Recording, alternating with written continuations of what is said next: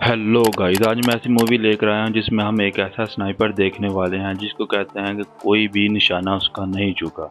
जो दूर से ही निशाना लगाता है, टारगेट वहाँ ही ख़त्म हो जाता है। ये काफ़ी मज़े की मूवी होने वाली है, जिसको देखने के लिए मेरे साथ जुड़े रहें और हम इस वीडियो को शुरू करते हैं। कहानी की शुरुआत होती है कोलंबिया के एक ड्रग लॉर्ड डिएगो पाउलो के आलीशान महल से, जहां चारों तरफ हथियारबंद गार्ड्स तैनात होते हैं। वहां इतनी टाइट सिक्योरिटी इसलिए थी क्योंकि डिएगो के काफ़ी गार्ड्स गैरकानूनी हैं यहाँ पे। कारोबार ने उसके बहुत सारे खतरनाक दुश्मन बना दिए थे। आलीशान महल में घुसते ही डिएगो सीधे अपने कमरे में गया ताकि अपनी होने वाली बीवी के साथ कुछ वक्त बिता सके। जैसे ही वो आराम कर रहा होता है, उसी वक्त कहीं दूर से एक स्नाइपर निशाना लगाता है।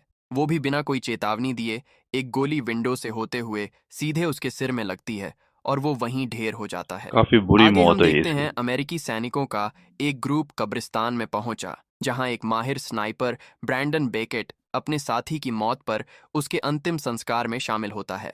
फ्यूनरल के बाद ब्रैंडन ने अपने सीनियर मेजर रिचर्ड मिलर से मुलाकात की ताकि वह कोलंबिया में हाल ही में मारे गए एक ड्रग डीलर की हत्या पर चर्चा कर सकें, जिसे एक रहस्यमयी स्नाइपर ने अंजाम दिया था। मुझे लगता है मेजर ये रिचर्ड वही एक स्नाइपर मौत है जो एक्सपर्ट होने के दिखाई थी तौर इसमें पर पहले। ब्रैंडन को कोलंबिया जाने का ऑर्डर देते हैं ताकि वो मर्डर की जांच में मदद कर सके।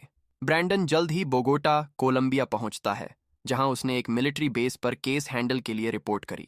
जांच करते हुए वहां उसकी मुलाकात एक बुजुर्ग सर्जेंट से होती है, जो केस को लीड कर रहा था। वो बताता है कि ये हत्या एक wanted drug dealer Jesus Morales से जुड़ी है। मोरालेस पर शक है कि उसने अपना मुकाबला करने वाले ड्रग डीलर्स को खत्म करने के लिए एक प्रोफेशनल स्नाइपर को हायर किया था, और वो पिछले 10 साल से फरार है। सर्जेंट की दी हुई केस फाइल्स देखने के बाद ब्रैंडन मरे हुए विक्टिम्स के पैटर्न को समझने लगा। डिटेल्स समझाने के दौरान डीईए अधिकारी केट एस्ट्राडा मीटिंग में शामिल होती है और नई जानकारी देती है। उसकी टीम से मिली इन्फॉर्मेशन के मुताबिक एस्ट्राडा ने बताया कि मोरालेस एक दूर दराज इलाके के बीच एक फार्म हाउस में छुपा हुआ है, जो शहर से काफी दूर है। एस्ट्राडा दबाव देकर कहने लगी कि हमें अगले ही दिन अपनी पोजीशंस लिए बैठना होगा ताकि मुझे मोरालेस लगता फिर है से कि भाग पकड़ न ही सके। लेंगे इसको। हालांकि सर्जेंट को यह प्लान थोड़ी जल्दबाजी और जोखिम भरा लगता है, फिर भी एस्ट्राडा सर्जेंट को मनाती है कि हमें तुरंत एक्शंस लेने ये चाहिए। प्लान तो इसके अच्छा बाद है। एस्ट्राडा ने ब्रैंडन से कहा कि मिशन के दौरान हमारी टीम को स्नाइपर कवर चाहिए, जिसमें तुम और लोकल ऑपरेटिव सैंटियागो हमारी मदद करोगे। जाने से पहले वह ब्रैंडन से कहती है कि पूरे मिशन से जुड़े कागजात ध्यान से देख लेना। अगले दिन ऑपरेशन शुरू होता है, जब कई टीम्स मिलकर टारगेट एरिया को घेरे में ले लेती हैं। ब्रैंडन और सैंटियागो जंगल के अंदर स्नाइपर पोजीशन में बैठे थे, जिससे उन्हें आसपास के इलाके का साफ नजारा मिल रहा था। अपनी जगह से वो एस्ट्राडा की असॉल्ट टीम की हर एक हरकत देखते हैं, जो मोरालेस के घर की तरफ बढ़ रही होती है। पकड़े जाने से बचने के लिए टीम एक अलग रास्ते से लोकेशन पर जाने लगी। इस बीच बेस पर सर्जेंट मिशन को सैटेलाइट के जरिए निगरानी में रख बारीकी से देखता रहता है।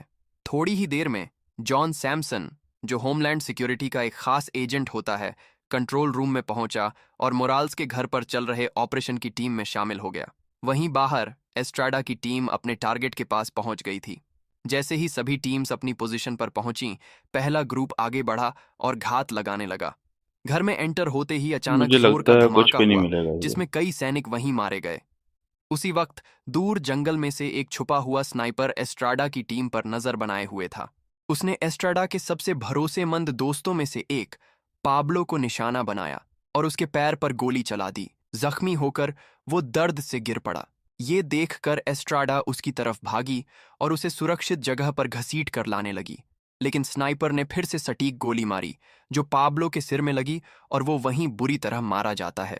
स्नाइपर के काफी हमले के बाद खतरनाक ब्रैंडन और मौत है। बाकी लोग अपनी छुपी हुई पोजीशन पर से बाहर निकले और पाब्लो की हालत देखने लगे। ब्रैंडन ने जल्दी ही समझ लिया कि यह पूरा मिशन मोरालेस की चाल थी। साथ ही ब्रैंडन पहचान जाता है कि शूटर एक प्रोफेशनल और काबिल स्नाइपर था। जो गोलियां इस्तेमाल हुईं वो भी खास थीं, और आम बदमाशों के पास आसानी से यह नहीं मिलती। फेल हुए मिशन के बाद एस्ट्राडा और ब्रैंडन सर्जेंट और सैमसन से मिलते हैं ताकि पता लगाया जा सके कि उनसे गलती कहाँ हुई थी। सभी सहमत होते हैं कि मोराल्स को पहले से ही प्लान का पता था और उसने उसी हिसाब से जाल बिछाया। उसी रात ब्रैंडन और सैंटियागो डीईए के होटल की तरफ निकलते हैं, जहां वो अपने अगले मिशन के दौरान वहीं रुकने का फैसला करते हैं। इसी बीच ब्रैंडन ऑपरेशन में हुई गलतियों पर सोचने लगता है और वह दुश्मन स्नाइपर की गोलियों पर रिसर्च भी करने लगा। वहीं मुझे एस्ट्राडा लगता है ये पाब्लो कोई की हल मौत से निकालेगी। जूझती रहती है।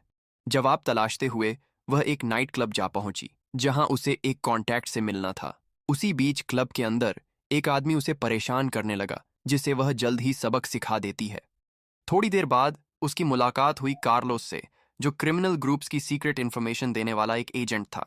कार्लोस ने बताया कि मोरालेस ने एक लेजेंडरी स्नाइपर, जिसे ईएल दियाब्लो या डेविल कहा जाता है, अपनी होड़ कर रहे स्मगलर्स को खत्म करने के लिए रखा था। उनकी स्नाइपर का मौत के नाम बाद डेविल है। मोरालेस कोलंबिया का सबसे ताकतवर काफी ड्रग लॉर्ड बन गया है। इंटरेस्टिंग कार्लोस ने नाम है। एस्ट्राडा को सलाह दी कि वह इस ऑपरेशन से दूर रहे। वार्निंग के बावजूद एस्ट्राडा हार मानने को तैयार नहीं हुई, खासकर तब जब उसने अपना सबसे करीबी साथी पाब्लो खो दिया। कार्लोस उसकी हिम्मत को समझता है और वादा करता है कि जल्द से जल्द मोरालेस और डियाब्लो यानी डेविल के बारे में और जानकारी देगा।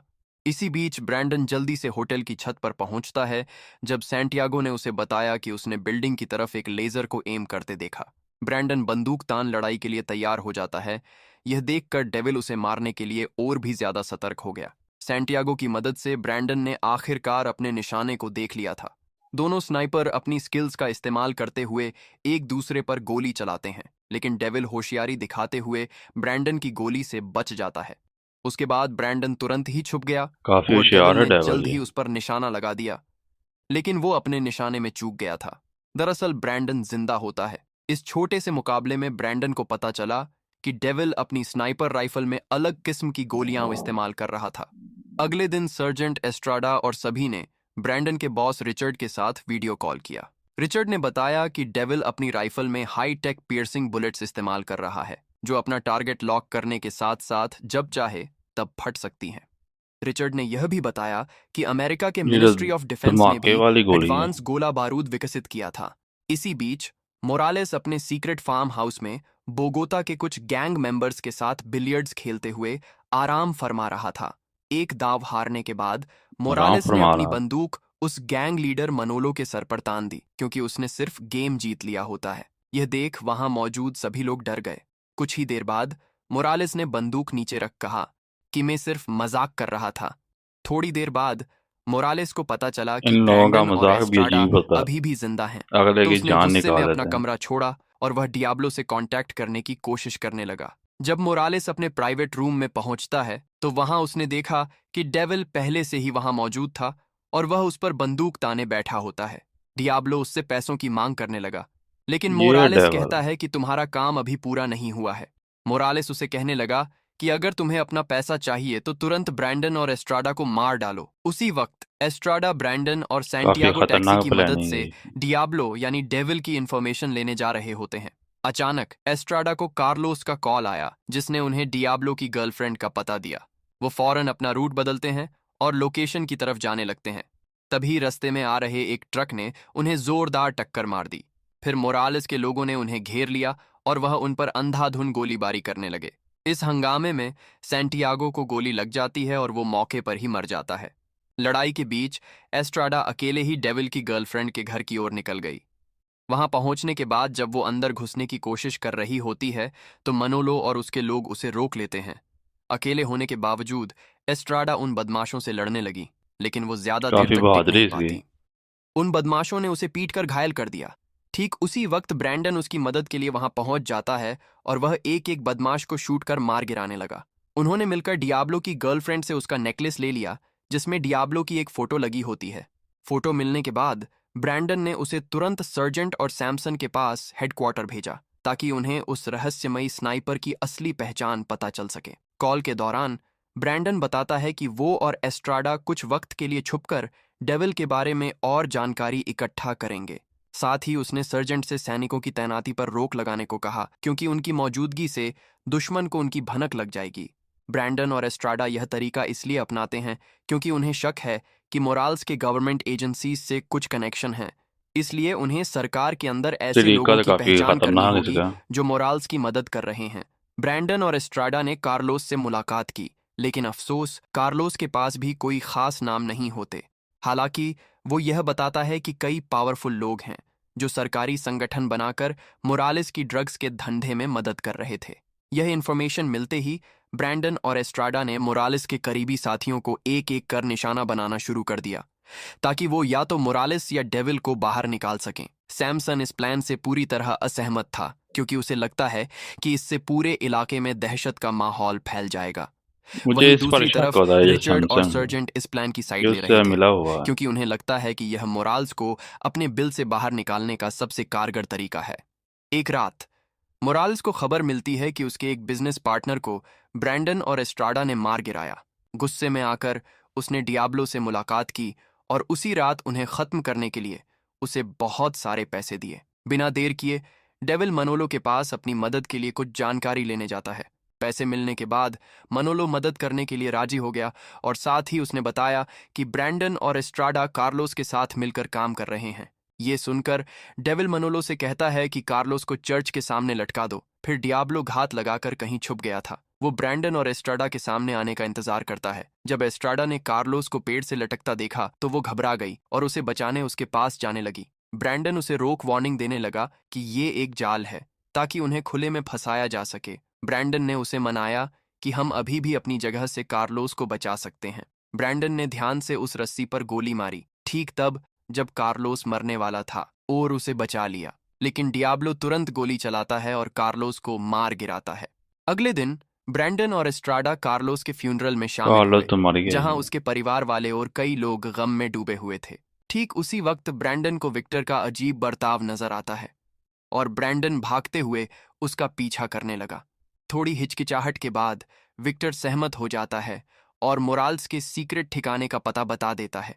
साथ ही उसने यह भी माना कि मोराल्स ने कार्लोस का मर्डर करने का ऑर्डर दिया था। विक्टर से मिली जानकारी का इस्तेमाल करते हुए डीईए की टीम मोरालेस के ठिकाने पर घात लगा बैठी।